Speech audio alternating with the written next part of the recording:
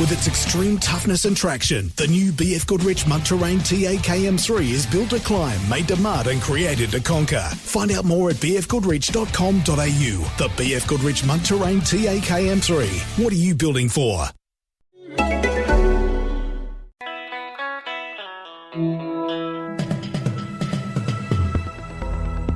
You're listening to the Betoota Advocate's weekly news wrap on Desert Rock FM 96.5. G'day, I'm Wendell Hussey, the Betoota Advocate's young cadet, and you're listening to the weekly news bulletin coming to you live from Koala Studios in downtown Betoota.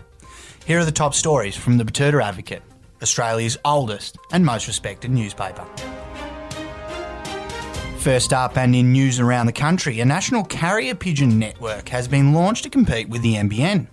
Using a team of nearly 1,000 homing birds, the Pigeon Network says it's hoping to give the NBN a run for its money by providing a more reliable and cost-effective communication service. This bold and drastic new plan comes after continued delays and setbacks associated with the current Turnbull-endorsed scheme, which has come under fire from every direction for ignoring the advice of experts and digital architects. The program director, Clark Bellern, said that if all goes well, the flock of birds will be carrying USBs and SD cards by the end of the month.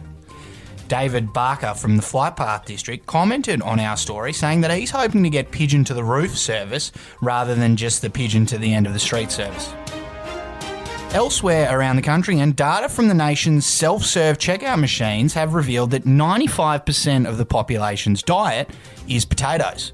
The data released by Woolworths self-service checkout revealed that 90% of all items weighed in from the produce section are in fact unwashed potatoes. The findings have forced dietary researchers to re-evaluate how much starch is actually being consumed by Australians on a weekly basis. Experts are heralding the data's importance, claiming that it's unveiled a direct correlation between the nation's growing obesity crisis and potato consumption.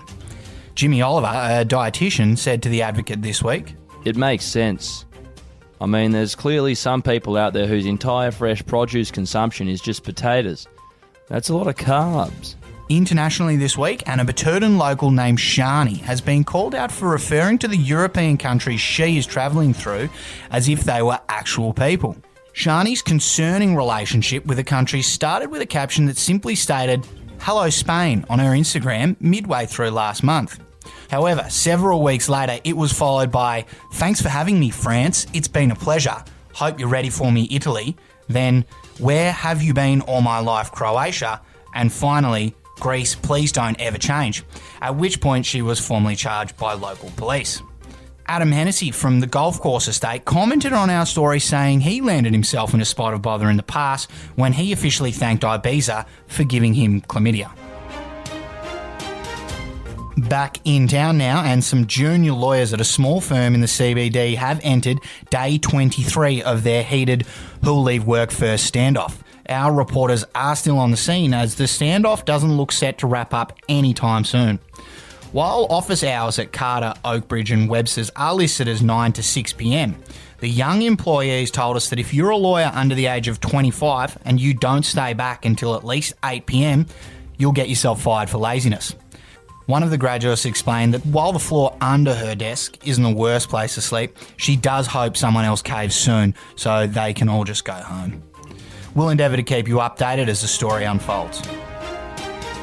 Sports news now, and Jai Mason, a hot sports star, has lost his sex appeal after thanking God this week. The popular Betoota Dolphins rugby league player brought himself undone during a post-match interview where he attributed his best on-ground performance to the man upstairs. The throwaway comment left his female admirers seething and resulted in his Instagram followers dropping by over 1,000 in the following days. The bleeding on his social media has been accelerated today after he posted a photo of himself with the caption, "Only God can judge me." And finally, if you haven't heard the Advocate's interview with future Leader of the Opposition, Anthony Albanese, join the ALP heavies and give it a quick listen. Here's a quick snippet from the chat where he has some choice words for former leader Mark Latham. Did you know he was a fuckwit back then? I didn't vote for him. I begged people to not vote for him. I never was a Latham supporter. because I always thought he had this huge chip on his shoulder. See, it's a bit of a giveaway when you break a taxi driver's arm. Right? That was before he was made the leader. Bit of a giveaway that there's some issues that need to be resolved over your demeanour. Anyway, that's it for the news wrap this week. Thanks for tuning in. Don't forget to subscribe to the podcast in order to get your weekly fix of real, unfiltered and unwavering regional news. Until next week, I'm Wendell Hussey.